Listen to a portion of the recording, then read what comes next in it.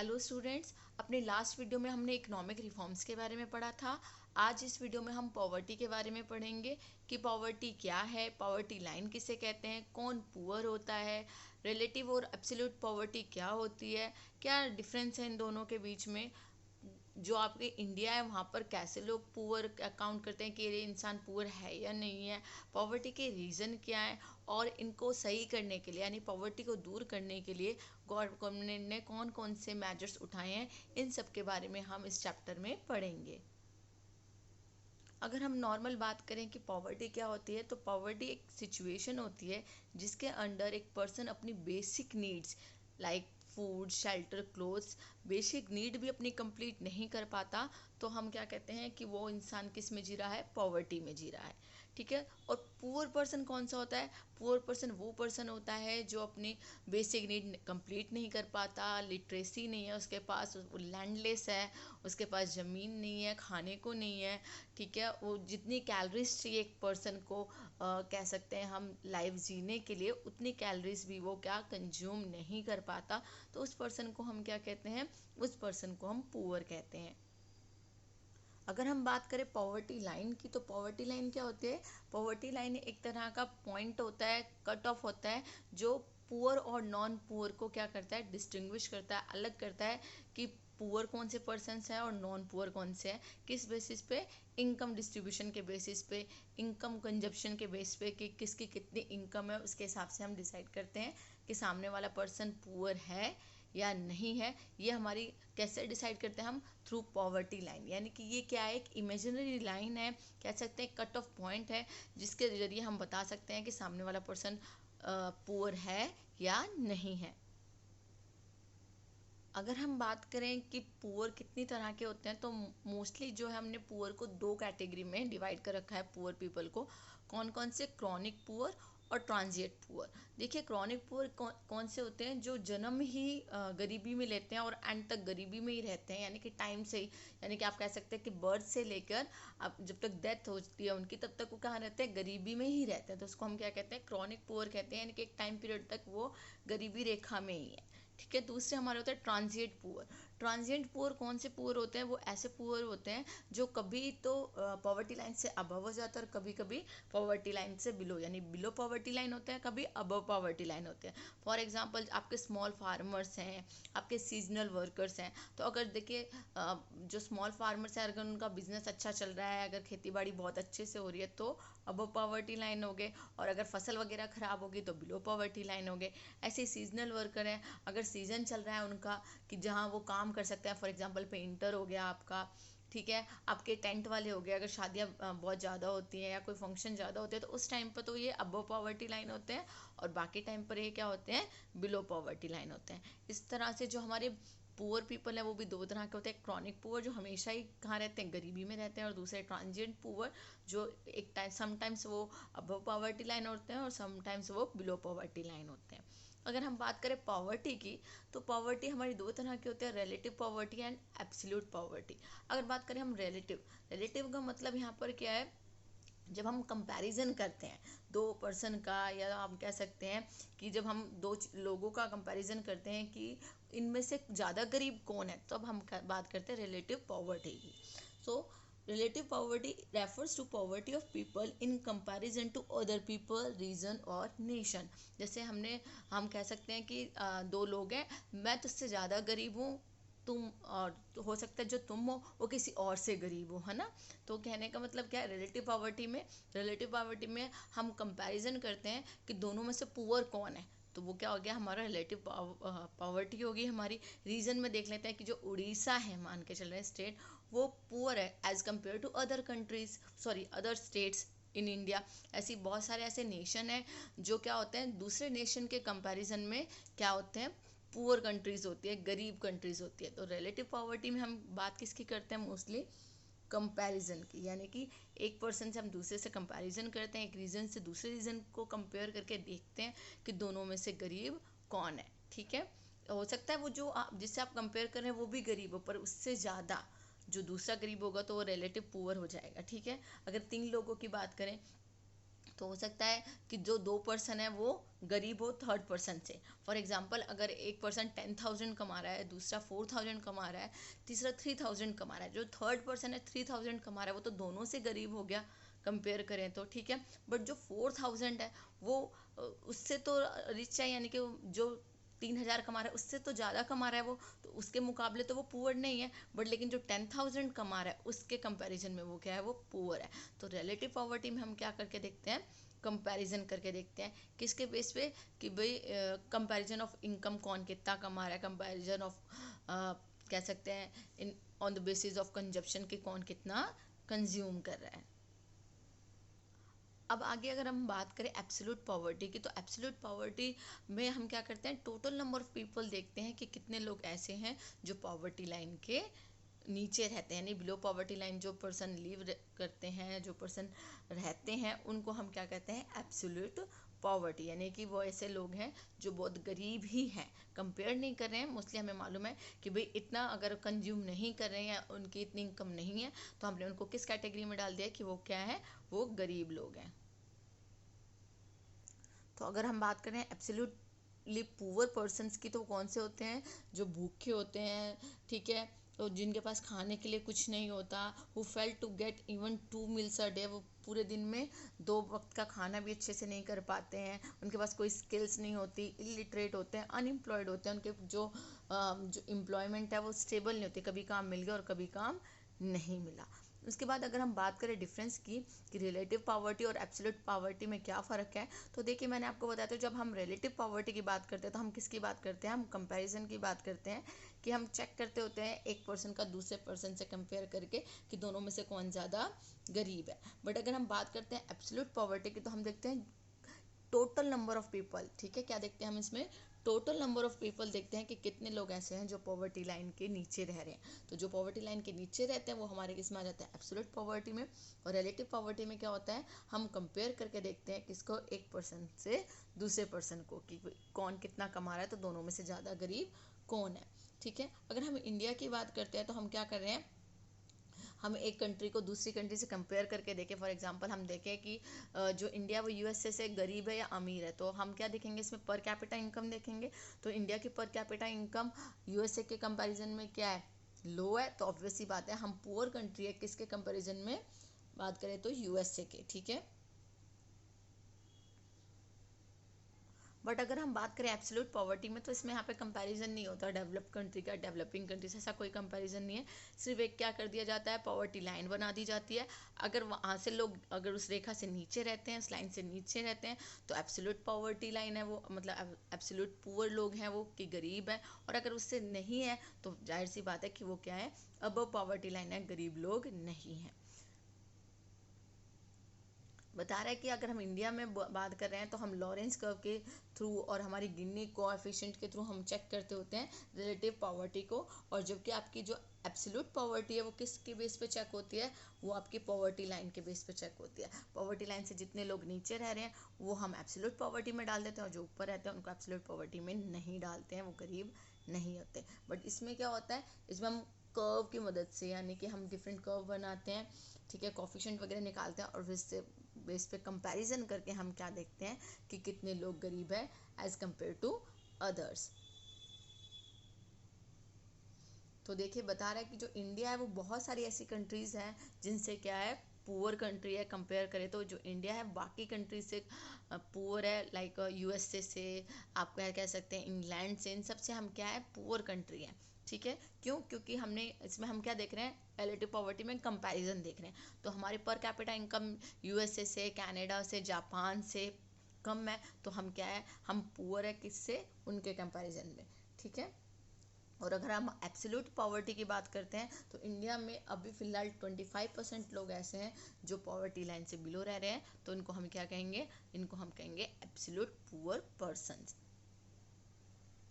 अगर हम ट्रेंड्स की बात करें कि हम देखते हैं कि गरीबी किस तरह से हम देखते हैं इंडिया में, कि कैसे पता चलता है हमें कि कौन लोग गरीब है, कौन लोग गरीब नहीं है, इसका पता करने के लिए हम क्या करते हैं, हम एक नेशनल ट्रेंड करते हैं। नेशनल ट्रेंड में क्या करते हैं, हम देखते हैं कि कितने लोग ऐसे हैं जो गरीब हैं और गरीब लोग कैसे पता करते हैं हम? Through poverty line. तो पॉवर्टी लाइन के थ्रू हम देखते हैं कि कितने लोग गरीब हैं, नंबर ऑफ पर्सन कितने हैं ऐसे जो किसके बिलो रह रहे हैं, बिलो पॉवर्टी लाइन रह रहे हैं, उनको हम पुअर पर्सन कहते हैं और परसेंटेज की फॉर्म में हम निकालते हैं। देखिए जैसे ये आपका ग्राफ है, इसमें बता रखा है ये वाले नंबर ऑफ पर्सन पुअर है और ये परसेंटेज है कि कितने लोग क्या है गरीब है। इस तरह से 2009-10 तक निकाल रखा है कि इतने लोग, देखिए जो डार्क ग्रे कलर है वो नंबर ऑफ पर्सन है जो पुअर है और ये इनकी परसेंटेज है कि टोटल परसेंटेज कितनी है, 30-25 इतनी परसेंटेज चलती है हमारी जो किसके बिलो रहती है, बिलो पॉवर्टी लाइन रहती है। अगर हम बात करें रूरल अर्बन ट्रेंड की, तो हम रूरल एरियाज में देखते हैं उन लोगों को गरीब मानते हैं जो लैंडलेस एग्रीकल्चर वर्कर्स हैं, यानी कि जिनके पास खुद का लैंड नहीं है, वो दूसरों के लैंड पे काम करते हैं। ठीक है, मार्जिनल होल्डर्स हैं जिन्हें थोड़ा बहुत पैसा मिलता है, और टेनेंट्स है जो मतलब कह सकते हैं आप कि क्या करते हैं, दूसरों की ज़मीन पर काम करते होते हैं, किराए पे काम करते हैं ना, जैसे काम करके आपको दे रहे हैं और बदले में वो आपको थोड़े से पैसे दे देते हैं, ज़मीन उनकी खुद की नहीं होती। फिर हम बात कर लेते हैं अर्बन पुअर की। अर्बन पुअर में वो पर्सन होते हैं जो क्या होते हैं, शहरों में आए हैं, अर्बन एरियाज़ में आए हैं। कहाँ से आए हैं? माइग्रेट होके रूरल एरिया से, कि भाई in search of employment, job के चक्कर में।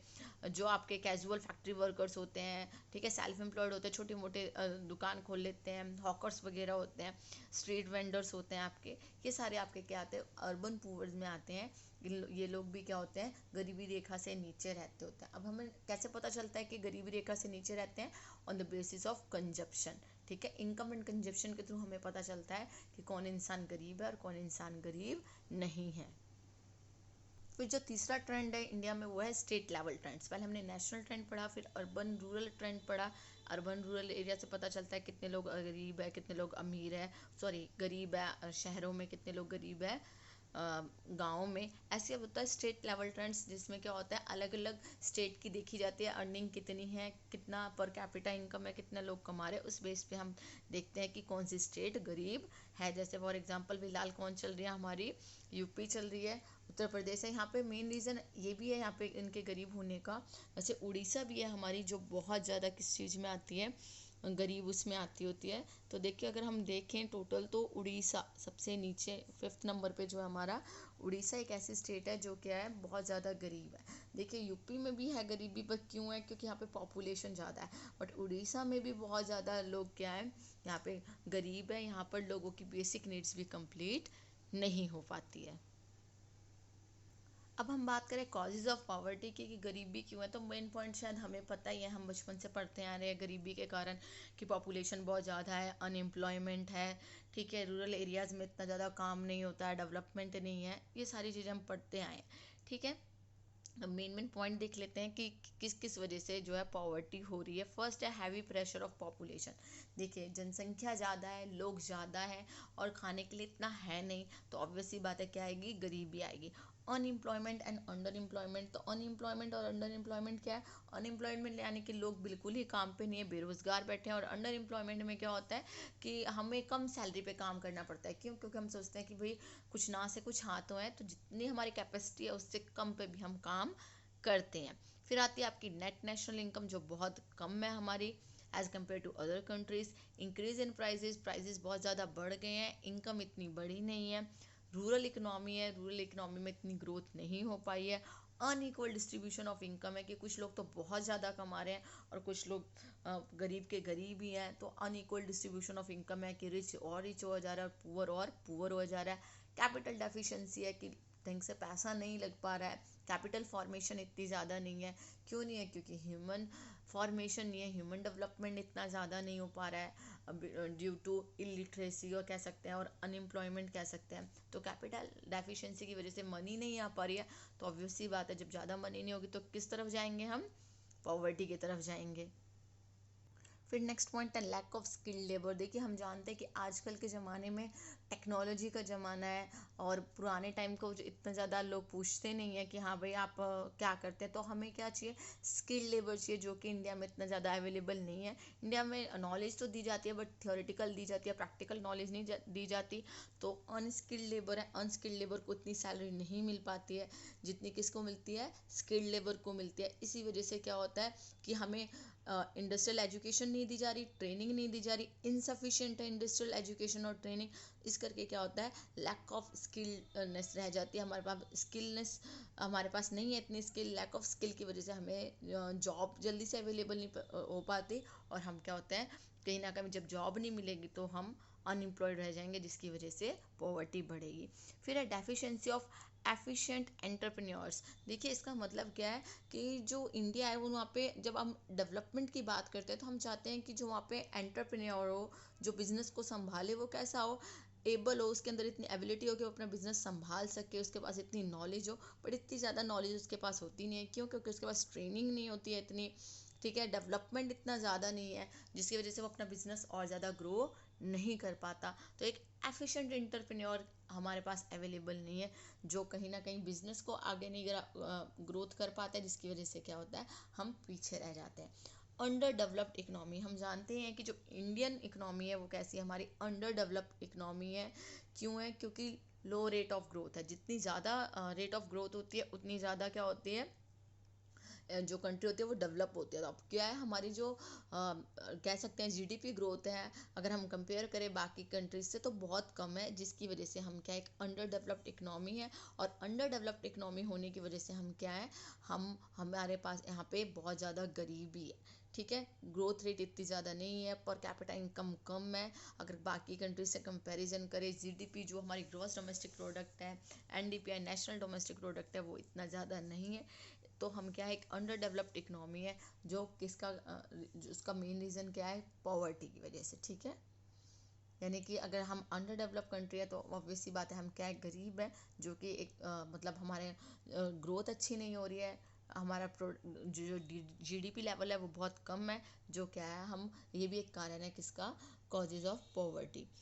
लैक ऑफ प्रॉपर इंडस्ट्रियलाइजेशन, देखिए हम जानते हैं कि जो इंडिया में इंडियन इकोनॉमी है वो मोस्टली स्टार्टिंग से ही किस पे डिपेंड है, स्टार्टिंग से वो एग्रीकल्चर पे डिपेंड है। तो यहाँ पर बहुत ज़्यादा मतलब कह सकते हैं हम कि इंडस्ट्रियलाइजेशन को बहुत ज़्यादा इंपॉर्टेंस नहीं दी गई है। जब इंडस्ट्रियलाइजेशन को इंपॉर्टेंस नहीं दी गई है तो लैक ऑफ प्रॉपर इंडस्ट्रियलाइजेशन है, जिसकी वजह से क्या, लोगों को काम नहीं मिल पाता।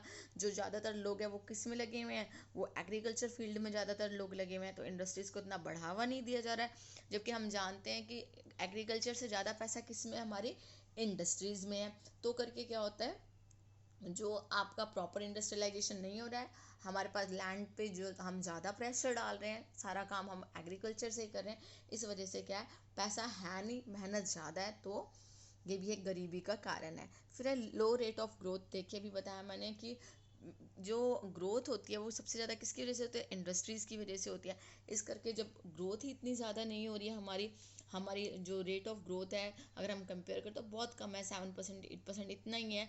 तो क्या होता है, इसकी वजह से जब ग्रोथ अच्छी नहीं होगी तो कहीं ना कहीं वो गरीबी का कारण बनेगी। फिर है लैक ऑफ इंफ्रास्ट्रक्चर, इंफ्रास्ट्रक्चर में ना हमारे पास ढंग की कम्युनिकेशन है, ना ही ट्रांसपोर्टेशन है, कह सकते हैं हम हेल्थ सेंटर्स भी बहुत अच्छे नहीं है, एजुकेशन सेक्टर में बहुत ज़्यादा क्या बोलते हैं सुधार की ज़रूरत है, हम कह सकते हैं, ठीक है, रोड्स नहीं है, ट्रांसपोर्टेशन फैसिलिटी नहीं है। जब ये सारी फैसिलिटी ना होने की वजह से क्या होता है, जो ह्यूमन डेवलपमेंट है, जो कह सकते हैं हम ह्यूमन डेवलपमेंट नहीं हो पाता, कैपिटल फॉर्मेशन नहीं हो पाता, जितना हम एफर्ट्स डालते हैं काम करने में उतना हमारा रिजल्ट नहीं आ पाता, क्योंकि इंफ्रास्ट्रक्चर उतना अच्छा नहीं है। इस वजह से क्या होता है कि जितना हम ग्रोथ कर सकते हैं उतना हम ग्रोथ नहीं कर पाते। आउटडेटेड सोशल इंस्टीट्यूशंस, तो अभी तक हम क्या यूज़ कर रहे हैं, हम आउटडेटेड टेक्नोलॉजी तो यूज़ कर ही रहे हैं, जो हम कह सकते हैं कि अपनी सोसाइटी में अब तक हम क्या यूज़ कर रहे हैं, आउटडेटेड सोशल इंस्टीट्यूट यूज़ कर रहे हैं। अब तक हमारी पुरानी सोच चल रही है, हम पुराने रीति रिवाजों में ही अभी तक जकड़े हुए हैं, इस करके भी कहीं ना कहीं ग्रोथ जो हमारी रुकी हुई है। फिर है improper use of natural resources, देखिए इंडिया में नेचुरल रिसोर्सेज है बट उसका हम प्रॉपर यूज़ नहीं कर रहे हैं, ढंग से यूज़ नहीं कर रहे हैं। कहीं ना कहीं हम क्या करते हैं, उनका हम कह सकते हैं कि हम उनका ऑप्टिमम यूटिलाइजेशन नहीं कर पा रहे हैं, जो रिसोर्सेज अवेलेबल है उनका ठीक से यूज़ नहीं कर पाते हैं। इस करके क्या होता है कि जितना आउटपुट हमें मिलना चाहिए उतना हमें आउटपुट नहीं मिल पाता। तो इस तरह से ये हमारे 15 पॉइंट्स हैं जो आपकी बुक में एक्सप्लेन हुए हैं कि क्या क्या रीज़न है किस चीज़ के, गरीबी के। अब तक हमने जो है कॉजेज़ ऑफ पॉवर्टी पढ़ा है कि गरीबी के क्या क्या कारण हैं। अब हम देख लेते हैं कि कौन कौन से ऐसे मेजर्स हैं या सजेशंस हैं जिनको फॉलो करके हम पॉवर्टी को दूर कर सकते हैं। फर्स्ट और बहुत मोस्ट इम्पॉर्टेंट है पॉपुलेशन कंट्रोल। देखिए कहा जाता था पहले कि जितने ज़्यादा लोग होंगे उतने ज़्यादा अर्निंग होगी। नहीं, ऐसा कुछ नहीं है। ऐसा तो नहीं है ना कि लोग पैदा होते ही कमाना स्टार्ट कर देते हैं, नहीं। ठीक है, तो हमें सबसे पहले क्या करना है, अगर हमें गरीबी दूर करनी है तो हमें पॉपुलेशन कंट्रोल करना होगा। हमें ये नहीं सोचना है कि जितने ज़्यादा लोग होंगे उतना ज़्यादा अर्निंग होगी। हमें ये सोचना है कि जितने ज़्यादा लोग होंगे उतना ज़्यादा हमें खाने को चाहिए, उतना ज़्यादा उन्हें पहनने को चाहिए, उतना ज़्यादा उन्हें फैसिलिटीज़ चाहिए। तो जितनी हम कोशिश करें कि क्या करें, हम पॉपुलेशन पे कंट्रोल करें, ताकि हमारा जो आने वाला कह सकते हैं फ्यूचर है वो गरीबी में ना हो। फिर है इंक्रीज इन एम्प्लॉयमेंट। तो देखिए गरीबी का कहीं ना कहीं मेन जो कारण है वो अनएम्प्लॉयमेंट ही है, कि भाई लोगों को काम नहीं मिलता है। जब काम नहीं मिलता है तो लोगों के पास अर्निंग नहीं होती और वो क्या होते हैं, गरीबी में रहने के लिए मजबूर हो जाते हैं। तो क्या करना चाहिए कि हमें ये जो प्रॉब्लम है अनएम्प्लॉयमेंट की उसको दूर करना चाहिए। जो डिस्गाइज अनएम्प्लॉयमेंट है, डिस्गाइज कौन सी होती है, जो अनएम्प्लॉयमेंट होती है पता नहीं लगता। जैसे जहाँ पर 4 लोगों की ज़रूरत है वहाँ 10 लोग काम कर रहे हैं, ठीक है, पर हमें पता तो नहीं चल रहा वहाँ पे 10 लोग काम कर रहे हैं। तो डिस्गाइज अनएम्प्लॉयमेंट है, पता नहीं लगता है। जहाँ 2 लोगों की ज़रूरत है वहाँ 4 लोग काम कर रहे हैं। तो इसको ख़त्म करना है, और ज़्यादातर ये किस में होता है, एग्रीकल्चर फील्ड में होता है।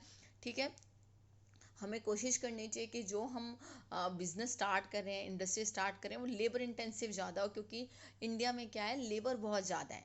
ठीक है, तो लेबर इंटेंसिव होनी चाहिए ना कि कैपिटल इंटेंसिव। इससे क्या होगा, लोगों को ज़्यादा से ज़्यादा एम्प्लॉयमेंट मिलेगी, एम्प्लॉयमेंट हम जनरेट कर पाएंगे। Equal distribution of income. Equal distribution का मतलब ये नहीं है कि सबको बराबर इनकम दो, 5 लाख 6 लाख या 10-10 हज़ार सबको, नहीं।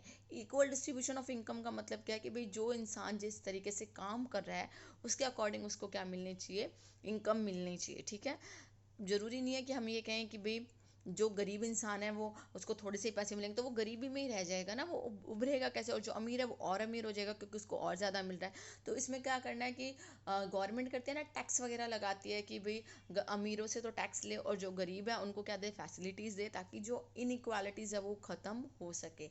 यानी कि अगर अमीर लोग कमा रहे हैं, रिच पीपल कमा रहे हैं, तो in the form of tax, in the form of fine penalties वो पैसा आए, और in the form of subsidies कह सकते हैं आप, किसको प्रोवाइड कराया जाए, गरीब लोगों को प्रोवाइड करवाया जाए। रीजनल पॉवर्टी हमें ख़त्म करनी है, किसको, रीजनल पॉवर्टी को। जो अलग अलग आप कह सकते हैं क्षेत्रों में जो पॉवर्टी है, अलग अलग स्टेट्स में जो पॉवर्टी है उसको कम करना है। फॉर एग्जांपल उड़ीसा हो गया आपका, नागालैंड हो गया, यूपी हो गया, बिहार हो गया। यहाँ पर क्या है, बहुत ज़्यादा लोग हैं, वो बहुत ज़्यादा लोग जो है वो गरीब है। तो गवर्नमेंट को कुछ ऐसे स्टेप्स उठाने चाहिए ताकि हम क्या कर सकें कि इन रीजन्स में, यानी कि उड़ीसा में मान के चल रहे हैं आप, या यूपी में, कि लोग इंडस्ट्रीज वगैरह लगाएं, तो आप उनको क्या दें, रिलैक्सेशंस दें, कंसेशन दें, ताकि जो बिजनेसमैन है, जो इंडस्ट्रीज है, वो क्या है वहाँ पे स्टेबलाइज कर सके बिजनेसमैन आपका। ठीक है, ताकि उसको भी ऐसा लगे कि हाँ भाई अगर मैं यहाँ बिजनेस स्टेबलाइज करूँगा तो मुझे कुछ क्या मिलेगी उनसे, जो गवर्नमेंट है उनसे मुझे कुछ रिलैक्सेशन मिलेगी, और वहाँ के रहने वाले लोगों को वहाँ पे इजीली जॉब मिल पाएगी। प्रॉब्लम्स ऑफ डिस्ट्रीब्यूशन, देखिए बताने की कोशिश कर रहा है कि अगर हमें पॉवर्टी ख़त्म करनी है तो हमें क्या करना पड़ेगा, हमें जो हमारी जो पब्लिक डिस्ट्रीब्यूशन है उसको स्ट्रेंथ में लाना होगा। पुअर सेक्शन को फूड ग्रेन्स ये सब अवेलेबल करवाने होंगे, किसकी फॉर्म में, सब्सिडीज़ की फॉर्म में, कि हाँ उन्हें थोड़ा सस्ता खाना दिया जाए, जो कि गवर्नमेंट करती भी है ना, करती है कि बीपीएल कार्ड्स वगैरह बनवा देते हैं, बट लेकिन लोग उनका नाजायज़ फ़ायदा उठाते ज़रूर हैं। पर लेकिन क्या करना चाहिए, कोशिश करनी चाहिए कि जो गरीब लोग हैं उनको कम रेट पे सस्ता सामान मिल सके, ताकि वो अपनी बेसिक नीड तो एटलीस्ट कंप्लीट कर सके। नेक्स्ट पॉइंट है fulfilment of minimum needs of the poor. तो जो गरीब लोग हैं उनका जो मिनिमम नीड्स हैं, लाइक फूड शेल्टर और क्लोथ, कम से कम वो तो कंप्लीट हो ही। इसके अंडर जो गवर्नमेंट है वो बहुत सारे, आपने सुना भी होगा कि बहुत सारे ऐसे फ्लैट्स वगैरह भी देती है। स्लम एरिया को भी साफ़ करने के लिए लोगों को क्या करते हैं कि वहाँ पे उनको अच्छे फ्लैट्स देती है, रूम्स देती है, बीपीएल कार्ड्स के थ्रू बहुत सस्ता खाना देती है। तो वो वाली चीज़ें भी होनी चाहिए, ताकि क्या हो सके कि जो उनकी मिनिमम नीड्स है वो कंप्लीट हो सके, उनको ड्रिंकिंग वाटर सप्लाई हो, हेल्थ सेंटर्स वगैरह हो, प्राइमरी एजुकेशन जो गवर्नमेंट ने आपके स्कीम चला रखे कि फर्स्ट टू 8 तक फ्री एजुकेशन है, वो चीज़ भी होनी ही चाहिए। फिर है increase in the productivity of the poor. तो कहना क्या चाहता है इसमें कि अगर हमें पॉवर्टी को ख़त्म करना है तो ये बहुत ज़्यादा ज़रूरी है कि हम क्या करें, जो गरीब लोग हैं उनको एम्प्लॉयमेंट प्रोवाइड करें। Increase in the productivity of poor का मतलब क्या है, प्रोडक्टिविटी कैसे कर पाएंगे पुअर, जब उनको क्या मिलेगा, काम मिलेगा, है ना। तो ये बहुत ज़्यादा ज़रूरी है कि क्या करें कि जो poor should be given more employment, जो गरीब लोग हैं उनको क्या दिया जाए, काम रोजगार उपलब्ध करवाया जाए, चाहे वो आपकी सेल्फ एम्प्लॉयमेंट है या कुछ भी है। लोगों को हम कह सकते हैं कि जो पुअर पर्सनस है उनको लोन्स वगैरह दिए जाएं, कोई फैसिलिटी प्रोवाइड की जाए ताकि वो अपना सेल्फ हेल्प ग्रुप स्टेबलाइज किए जाएं, ताकि वो अपना बिजनेस स्टेबलाइज कर पाएँ।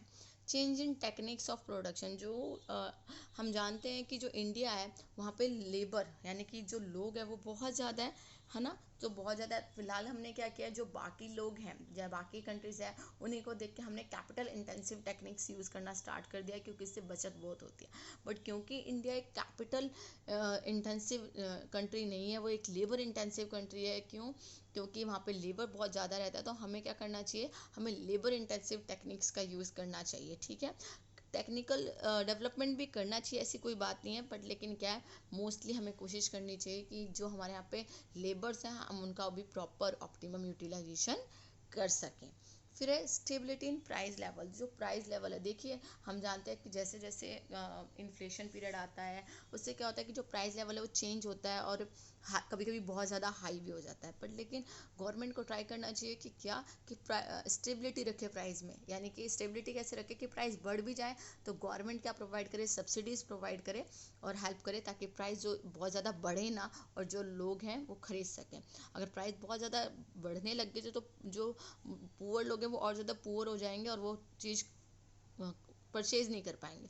तो गवर्नमेंट को क्या करना चाहिए, प्राइस फ्लोर की मदद से, और भी बहुत सारे ऐसे टेक्निक्स हैं जिसके थ्रू आप क्या कर सकते हैं, प्राइस सी लैब का प्राइस फ्लोर है उसके थ्रू गवर्नमेंट जो है कंट्रोल कर सकती है प्राइस पे।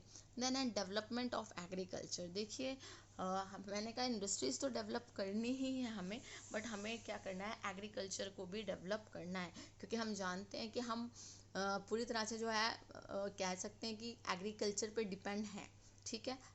इंडस्ट्री स्टेबलाइज हो रही है, सही बात है कि हमें इंडस्ट्री स्टेबलाइज करनी चाहिए, हमें इंडस्ट्रीज़ में सुधार भी लाना है, डेवलपमेंट भी करना है।